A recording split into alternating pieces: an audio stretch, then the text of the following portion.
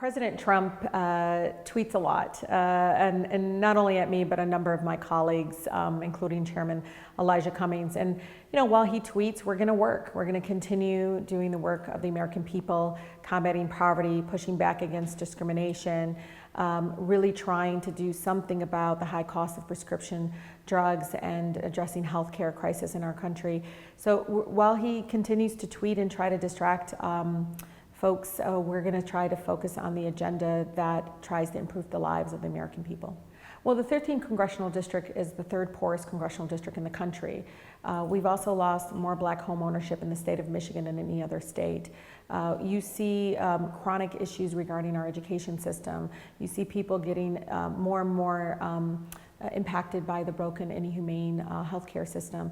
And so I always tell people, you want to come and see what doing nothing looks like, you should come to my district. We're in the front lines of the need for Medicare for all, the need for us to move forward with the Green New Deal, for us to push efforts like the Boost Act that I introduced that would help uplift 45% of Americans living in poverty instantly with a tax credit.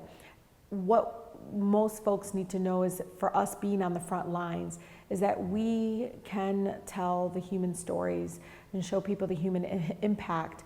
And the sense of urgency that you get from me is because my residents don't have years or days to really, anymore. I mean, they need these kinds of issues addressed immediately. A lot of people see me kind of on a national scale, but here at home, they know me as the Congresswoman who started 4 neighborhood service centers, where I'm helping people get through everyday challenges. So they're not waiting years for me to pass a bill. They're actually coming to me with the needs that they have today for them and their children and their elder parents that they're trying to take care of. And so our neighborhood service centers have been able to help some of our veterans with their appeal process. Another one regarding their college debt after they became disabled, to get that wiped out. A woman who's been fighting with Social Security Administration, able to get her over $30,000 back in her pocket. This is money that she put into the system and a promise that she'd be taken care of if she ever needed it. And so the service centers is the heart and soul of my public service. It is where I get my bill ideas. It's where I stay rooted in the community. It is where, for me, my residents can actually build a better relationship with their member of Congress, where it could be a real partnership.